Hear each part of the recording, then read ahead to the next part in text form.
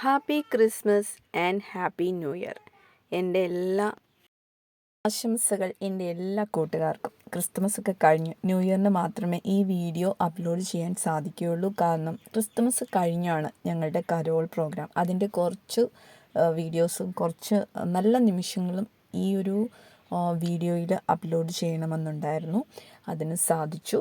Christmas ആശംസകൾ ഒരിക്കൽ കൂടി എൻ്റെ എല്ലാ സബ്സ്ക്രൈബേഴ്സിനും, എന്നെ കേൾക്കുന്ന എല്ലാവർക്കും നന്മ നിറഞ്ഞ ഒരു പുതിയ വർഷം ആശംസിക്കുന്നു.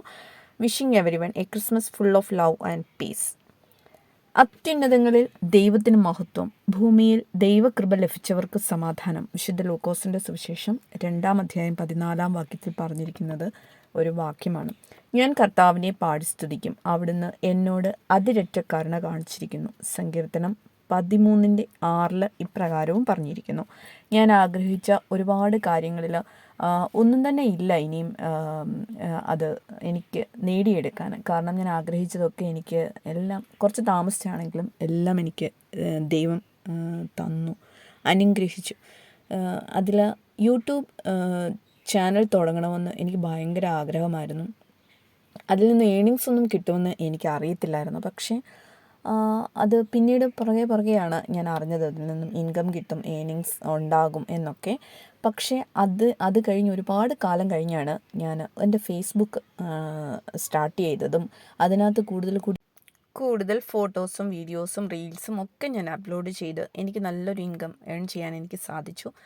അത് എനിക്ക് കൂടുതൽ അച്ചീവ് ചെയ്യാൻ സാധിക്കുന്നു എന്നാണ് ഞാനിവിടെ ഉദ്ദേശിക്കുന്നത്. പിന്നെ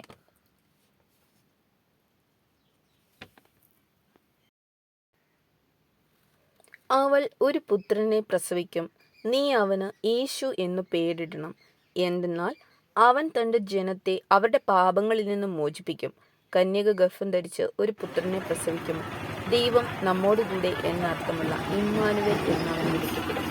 വിശുദ്ധ മത്തായി 1:21 മുതൽ 23 വാക്യം വരെയാണ് ഇതിൽ പരാമർശിച്ചിരിക്കുന്നത്. ഭയപ്പെടേണ്ട, നിങ്ങൾക്കായി രക്ഷകൻ പിറന്നു. 2000 വർഷങ്ങൾക്ക് മുമ്പ് ഈ ലോകത്തിൽ വലിയ അതിശയം.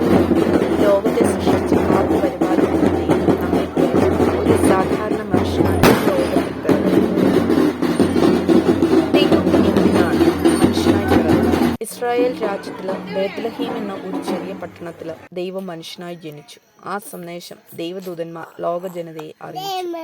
ജീവിതത്തിൽ നാം ആഗ്രഹിച്ചത് കിട്ടാതിരിക്കുകയോ നമുക്ക് ഇഷ്ടപ്പെട്ടത് നഷ്ടപ്പെടുകയോ ചെയ്യുമ്പോൾ അതിനെ ഓർത്ത് വിഷമിച്ച് ജീവിതം നശിപ്പിക്കരുത്. നഷ്ടപ്പെട്ടു പോയ മോതിരമല്ല, നമ്മുടെ വിരലുകളാണ് വിലയേറിയത്. നഷ്ടപ്പെട്ടു പോയ ചെരുപ്പല്ല, നമ്മുടെ കാലുകൾ തന്നെയാണ് വിലയേറിയത്.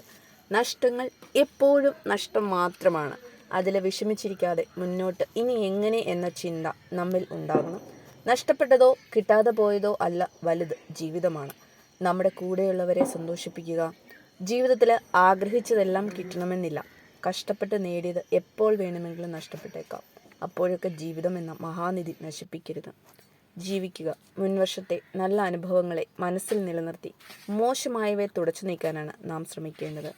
COVID-19 എന്ന മഹാമാരി ഉയർത്തുന്ന ഭീഷണികൾക്കും പ്രതിസന്ധികൾക്കുമിടയിൽ മുൻവർഷങ്ങളുടെ തുടർച്ചയായി നാം 3-ാം വർഷവും വന്ന പ്രളയ ദുരിതങ്ങൾക്കിടയിലും പ്രതീക്ഷയുടെ പച്ചപ്പാണ് നമ്മുടെ മുമ്പിലുള്ളത്.